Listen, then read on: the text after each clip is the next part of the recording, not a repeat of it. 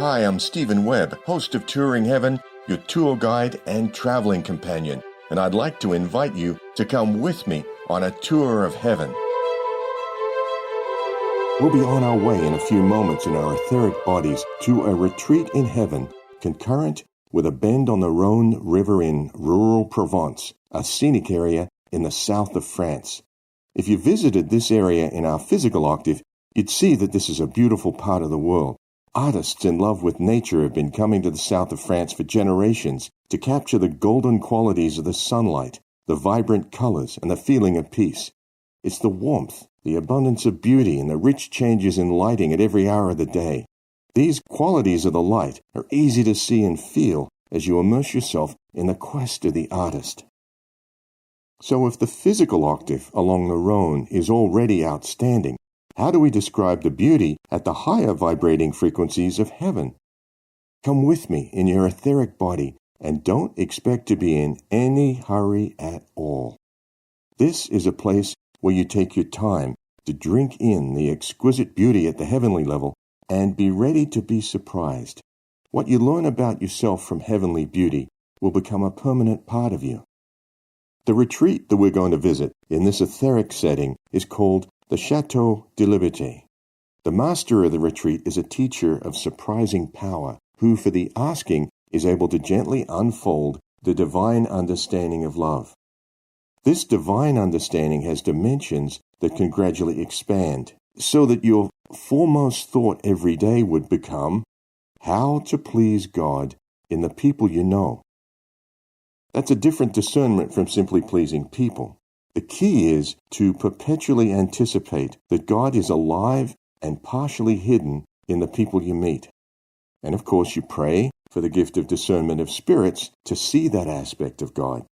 Now before we leave for the Chateau de Liberte, I should tell you that the name of the hierarch there, our teacher, the one who will help us grow a new awareness of these dimensions and gifts, is Paul the Venetian. You likely haven't heard of him because many ascended masters are not yet household names in our world. My job is to guide you through the ceiling between our world and heaven, and for a few moments to introduce you to a master who used to be a contemporary with us in our own history on earth. All the masters, like us, have a divine plan and a study curriculum, but they've graduated from the schoolroom of earth just earlier than we will. And yes, now they're ascended masters and immortals, but you can think of them also as our elder brothers and sisters. They're uniquely qualified to explain exactly what it takes to graduate from lifetimes of mortality to oneness with the Son of God.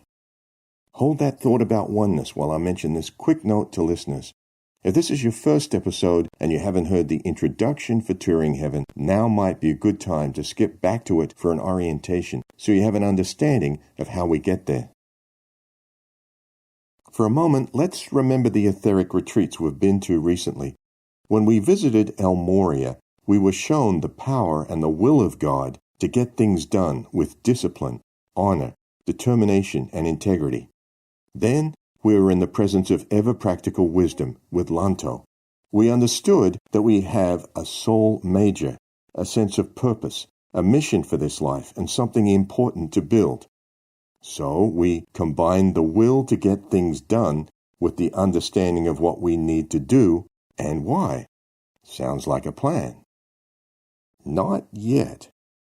In our world, there are plenty of accomplished people with the deliberate will and misdirected knowledge to build, say, a high-tech monopoly or central banking monopoly that could be used to control or manipulate populations, divide them into factions, so that people would be preoccupied and never have the peace to realize their innate divinity. What kind of mind would want to do that? These people exist in positions of worldly power. So the qualities of human will and human knowledge are not enough to create or sustain the universe. God so loved the world that he gave us the free will to realize our divinity, our choice. Jesus was the great example we were given, so we could come to understand there is a way. This means the qualities of will and knowledge and understanding have to be governed or tempered by the same love God, the creator of all, has for us. Without our return love for God as our motive for co-creation, everything we would make would be brittle, out of balance, and not permanent. The figure-eight flow of love is the key to temper, will, and knowledge. Paul the Venetian is the exemplar of love in creation, as drawn from God to govern our will and understanding. This is why he's qualified to teach us about the love that builds and sustains universes. To prove it, we've got to meet him. Now, as your tour companion, I'm thinking we should get going with our angels, and I'll explain a bit more when we get there. Now, our angels have been listening to this too.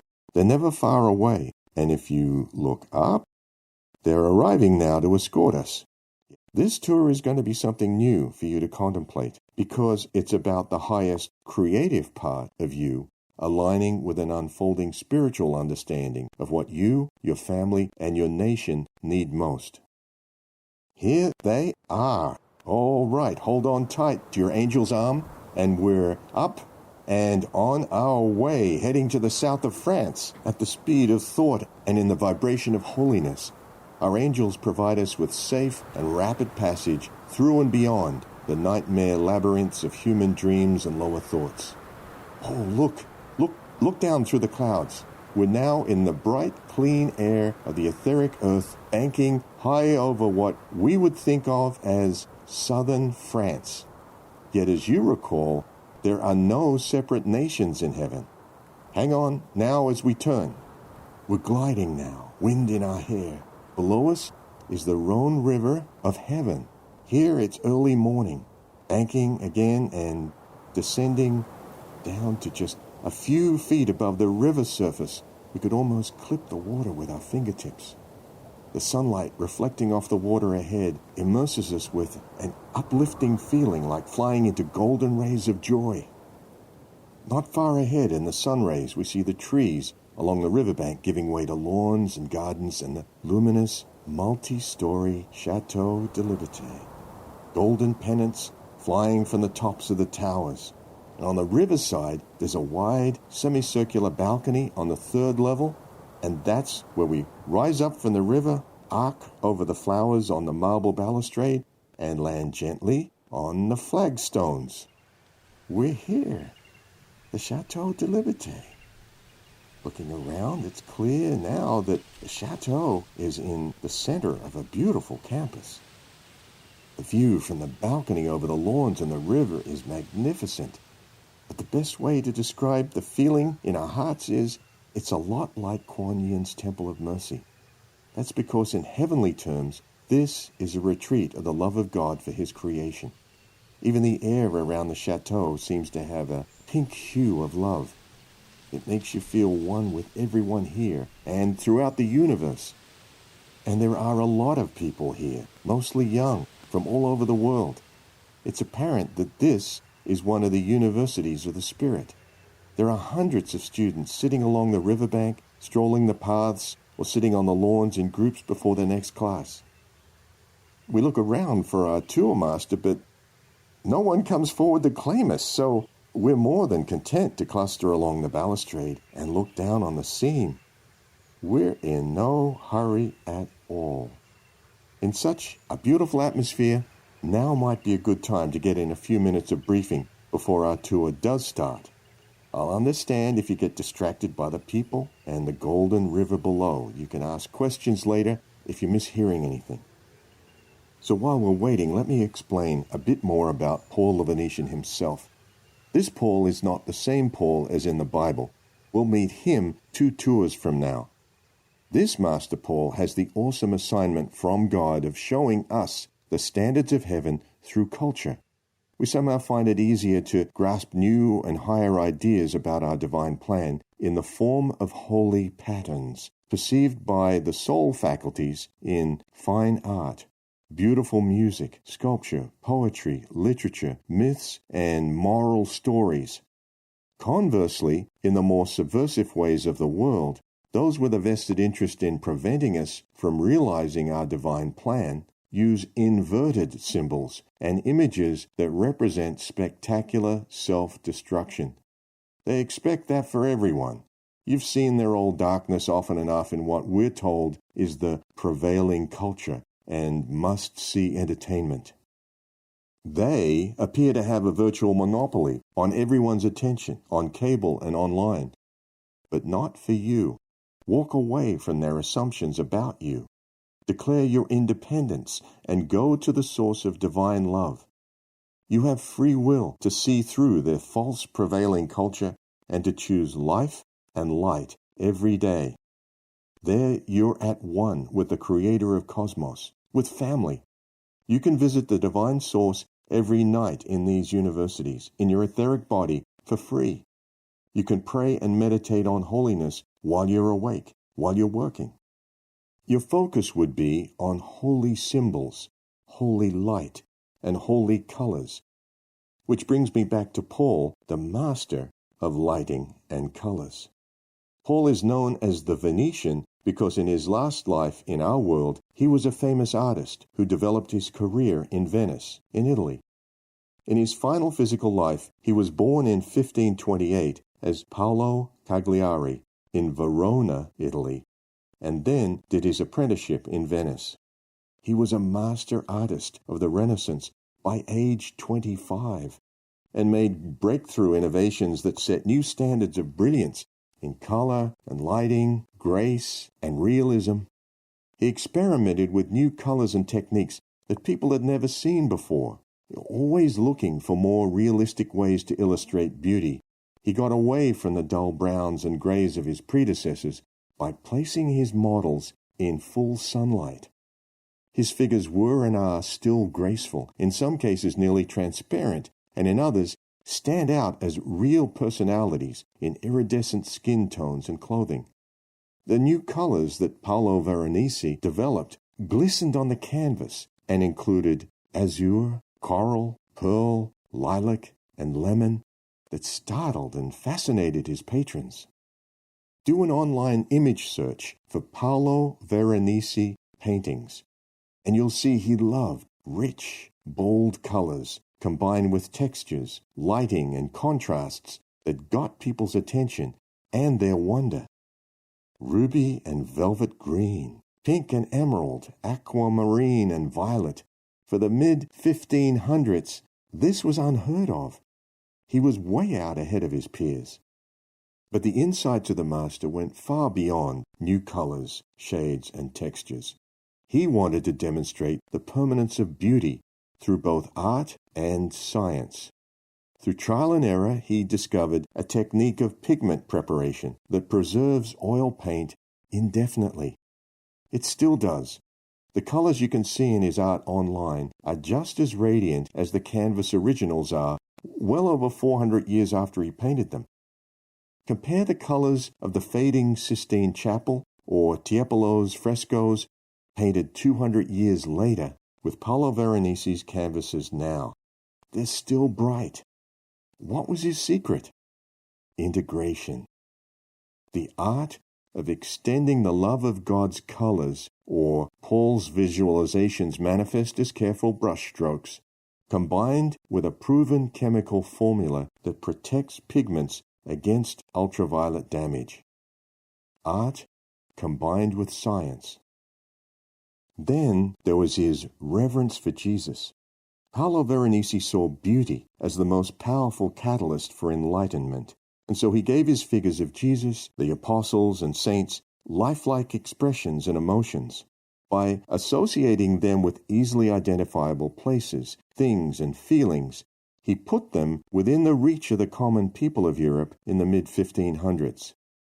Far from the overly serious clerical view of Jesus at the time, Paul made his paintings of Jesus and the saints feel refreshing, bright, and joyful, even a little irreverent for orthodoxy. Paul understood the steps of initiation on the path of Christhood that Jesus made plain by his actions.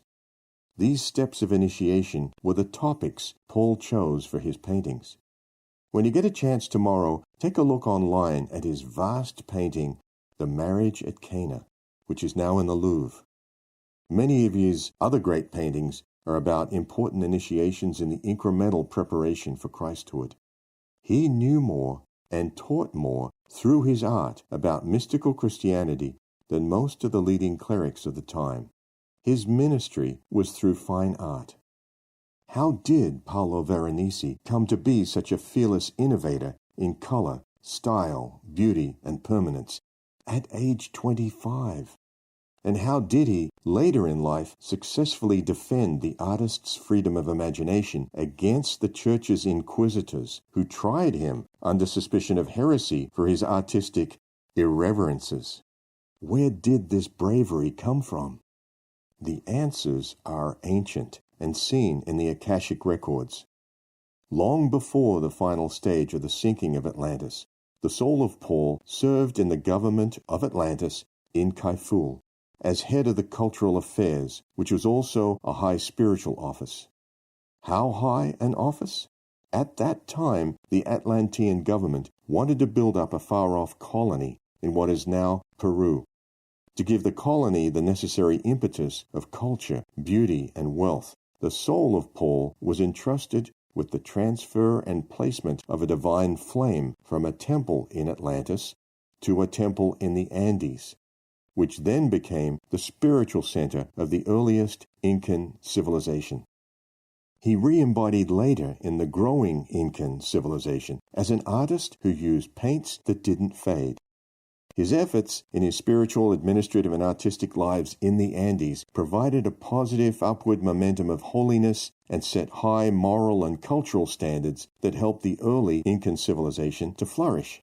Thousands of years later, the soul of Paul worked closely as an esoteric architect with the soul of El Morya, the master mason of the pyramids of Giza in ancient Egypt. But the point of origin for these eons of lives of service on earth came much earlier. Like Lanto, Confucius, Gautama, and Jesus, Paul was one of the 144,000 volunteers who came on the rescue mission to save the evolutions of earth. He too stood outside Sanat Kumara's palace on etheric Venus, and he also cried out, "We will go with you. We will not leave you." This is the Paul we're going to meet here inside the chateau. Over hundreds of thousands of years, he found and lived the way that Jesus demonstrated, which is service, surrender, sacrifice, and selflessness, customized through his own God-given gifts as a culture-shaping artist. He combines the will, the understanding, and the love to teach you how to present beauty in all forms of art and culture as the most effective instrument of divine change in our civilization. Would you be an artist, actor, photographer, singer, a documentary or film director or editor, a poet, novelist, or screenwriter, a shaper of culture? This is your University of the Spirit. And here's our introductory tour master, one of Paul's students here at the chateau. Everyone, gather round and we'll introduce ourselves. Our friendly tour guide turns out to have been a venerated acting coach in his final physical life in Paris and New York, mostly unknown to the media and public. He offers a few interesting comments as we stand on the balcony in the sunshine. I am very pleased to meet you, because whether you know it or not, you are the elect. You have elected to be here because you sense your soul's future is here in heaven. Only a handful of my former students feel that and want that. Most of the actors I coached have never made it here in their etheric bodies. Most still remain distracted by career frustrations or various addictions. They have no idea that their prayers to God would be answered if they prayed to know God's will.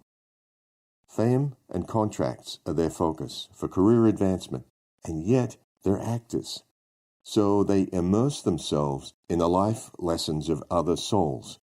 The irony is, they won't accept free coaching for soul advancement as life lessons while their bodies sleep. The higher immersion is here.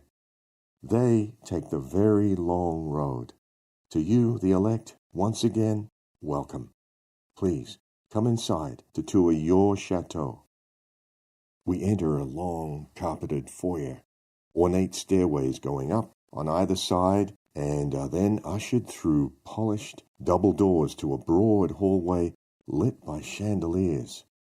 On either side of the hallway, elegant galleries with curved walls and nooks display hundreds of examples of fine art.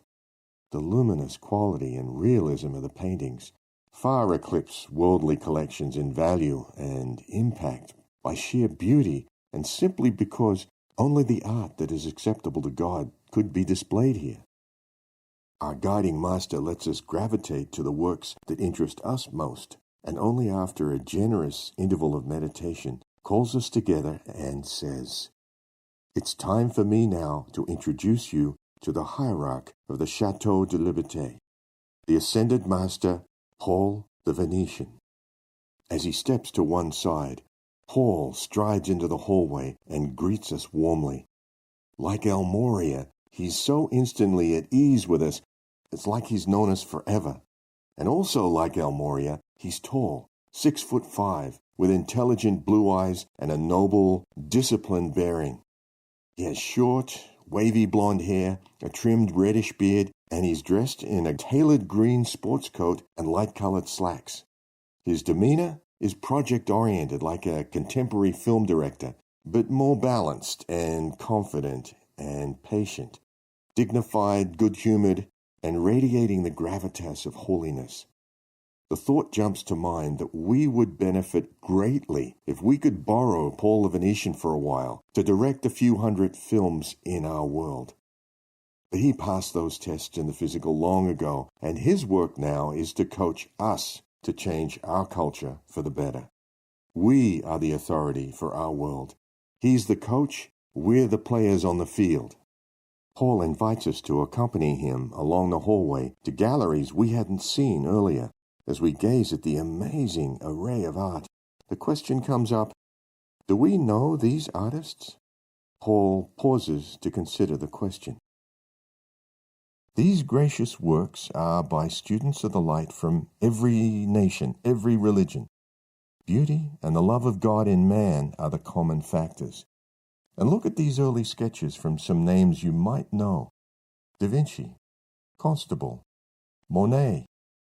Who are they now in your physical world?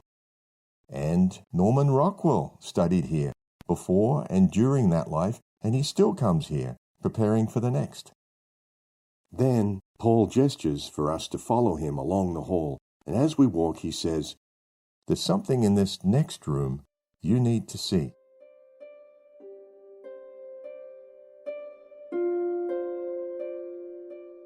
We enter a wide workshop area, lit by sunlight coming in through large windows.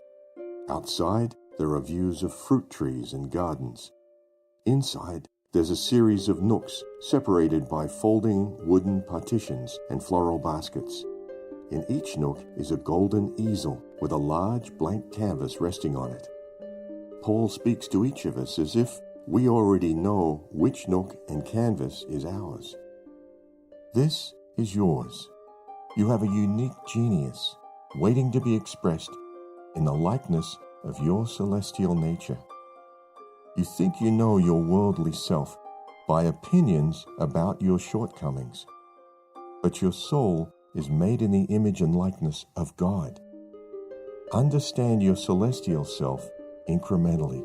Each time you visit here, you'll make a few changes to the sketch. You'll perceive an aspect of the Christ in you and add it to the canvas. It may be joy, it may be the comforter, it may be the fearless you, or all of these. What you see in your higher self, you may also see in others. There's no hurry about your work with this canvas at all. There's a moment of silence as we contemplate unknown higher parts of our nature that we're being asked to illustrate. We stare at the blank canvas. What if we make a mistake? What if we can't draw a straight line? Only portrait artists can do this, you know. As we look around to Paul to express our hesitation, we realize he's no longer in the studio.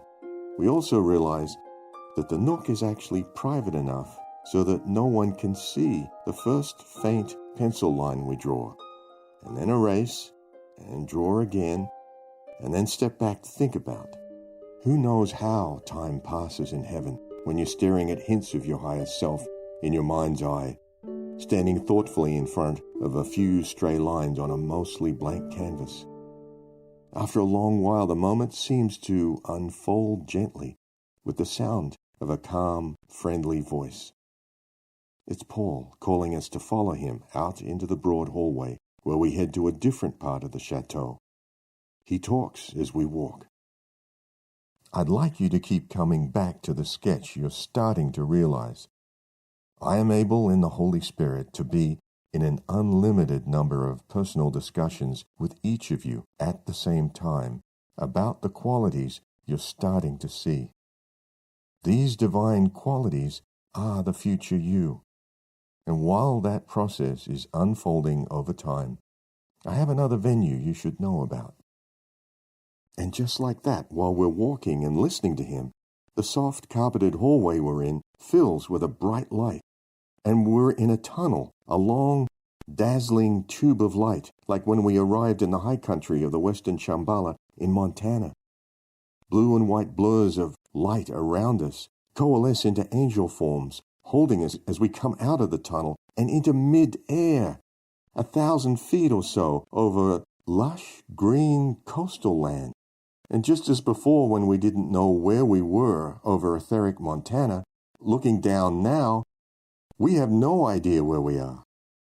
We spiral in with our angels over what appears to be a huge gold and white temple complex next to the ocean, far bigger than the campus around the chateau we just left.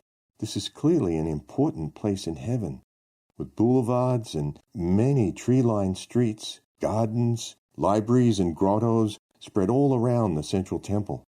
And by the looks of it, many souls must live here between lives, probably studying and preparing for their next life in our world.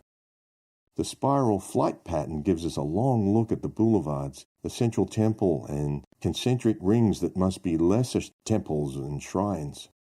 When our angels bring us gradually down to a soft landing on a lawn near the largest temple, Paul is right there to answer our wide-eyed surprise. He says, "You may not recognize where we are because the topography in heaven is different from what you would know in your world as New York City. We are now on what you would call Liberty Island. In the etheric, there's no harbor around us. The Hudson River has a different entrance to the ocean, and here, New York Harbor is raised land. That rise to the west is what you know as New Jersey. The villas and woodlands to our north, you would call Manhattan and the Hudson Valley. In heaven, Liberty, Manhattan, and parts of New Jersey are joined. This city is known in heaven as the Temple of the Sun. Without Manhattan's skyscrapers and the wide Hudson, we still don't recognize the location as New York. But this city is awesome in its own right, and it's infinitely more beautiful. There's no rectangular street grid, project housing, or gray tones in the skyline. Here, as we saw spiraling in, all the temples and villas are in gardens, arranged on concentric boulevards and tree-lined avenues around the central temple, on higher ground where Liberty Island would be. A small group of golden-robed brothers and sisters approach from the central temple and greet Paul. We are introduced, and Paul invites them to walk with us on a marble path up through the gardens to the temple. He continues his explanation about the Temple of the Sun. I teach here more often than at the Chateau de Liberte because the tide of the people of light coming here in their etheric bodies is far greater than the tide in France. They come here from Europe, they come from Asia, every continent, because there's more freedom to innovate and to create in this land. And because there's someone very dear to me here, my teacher, who I think of as my spiritual mother. The beauty of the gardens and the trees, the bluebirds, and the constantly changing fragrances of the flowers waft around us as we follow the path up toward the gold-domed temple. And Paul continues while we walk. Thousands of years ago, during my lives as an Atlantean, I was adopted, so to speak, by an ascended Lady Master who sharpened my awareness of the long path to Christhood and helped me pass many tests especially in the Andes. This temple of the sun existed in your physical world 12,000 years ago, as did the Chateau de Liberte. Wars of corrupt priests brought about the final sinking of Atlantis. Before the deluge, though, while Noah and his family were building the ark, my teacher took the flame of God from the physical temple on this site to safety in the Chateau de Liberte. The physical temple was destroyed by the tsunami, which changed all the land around it. Only the etheric temple has existed since then. Over the centuries, my teacher, my mother in God, assisted me lifetime after lifetime to such a degree that I was able to pay off all my karmic debts and complete my divine plan in the physical world in my last life as Paul the Venetian. By the grace of God, I won my immortality and went right back to serving humanity again by invitation at the Chateau de Liberte. Now, by invitation, I teach here as well. For a moment, Paul pauses and looks up the long flights of stairs to the great shining doors of the main temple. And there, robed in gold, a majestic and noble Lady Master with a radiant yellow-gold aura stands with her arms outstretched. Paul leaves us and goes ahead to the top of the stairs to greet her, and after a few moments he motions for us to come up the stairs to be introduced.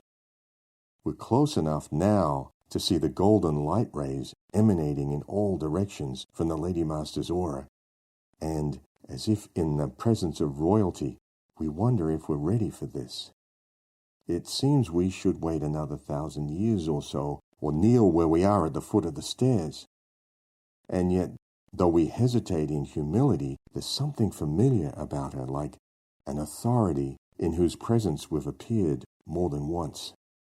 We obediently ascend the flights of marble and approach the lady, who continues to radiate rays of golden light. Paul addresses her as Mother and introduces us. My students, I am sure you have met my mother before on several occasions. At the end of each life in your soul awareness, you would remember her as the leader of the karmic board of spiritual overseers who review with you the life you had recently concluded.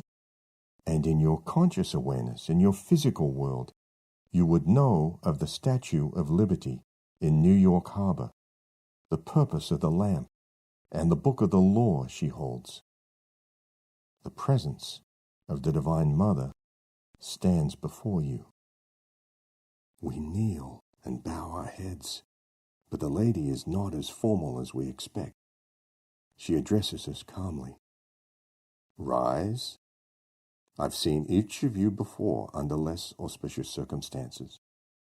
Today there is reason for celebration, as you are here for merit in the light. I will see you again, now and then, and certainly before the conclusion of this life. I ask you to remember your vow. We're surprised when she bows to us, and then in a moment is out of sight, inside the temple. Paul seems pleased with us and walks us down to the wide path at the foot of the stairs. Under a flowering peach tree, he gathers us together and speaks thoughtfully to us. Each of you heard the plea. I ask you to remember your vow.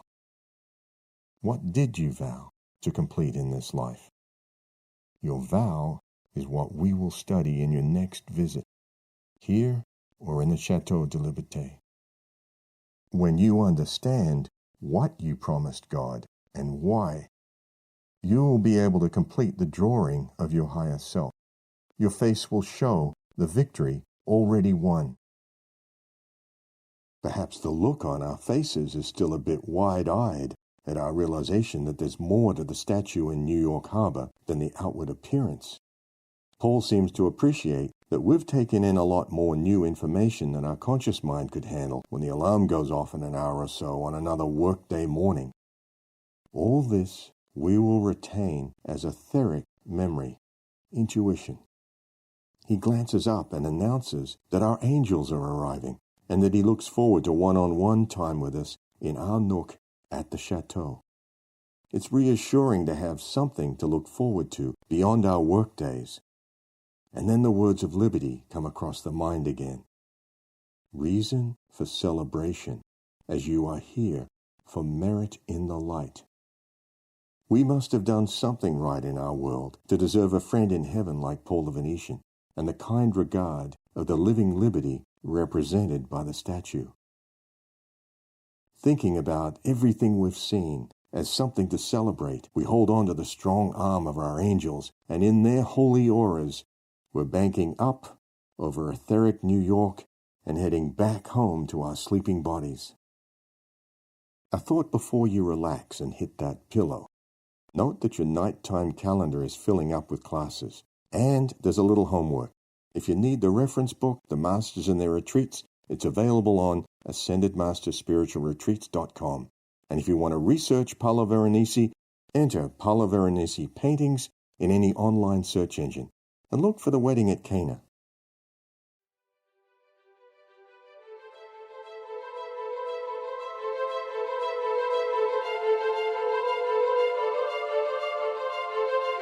Next trip, we're going to Egypt on the Nile River, south of the pyramids. We'll be visiting the Ascension Temple and retreat at Luxor for an introduction to a concept you think only applies to saints. If Paul the Venetian could get used to immortality, you might at least consider it's gifted by the grace of God and eventually meant for everyone of proven merit in the light. And then, as you wind down from this amazing tour, think of that sketch of the higher you, the Christ in you, shining through the drawing, your face already showing the victory won, and realize why the Masters ask us to affirm with love, always victory.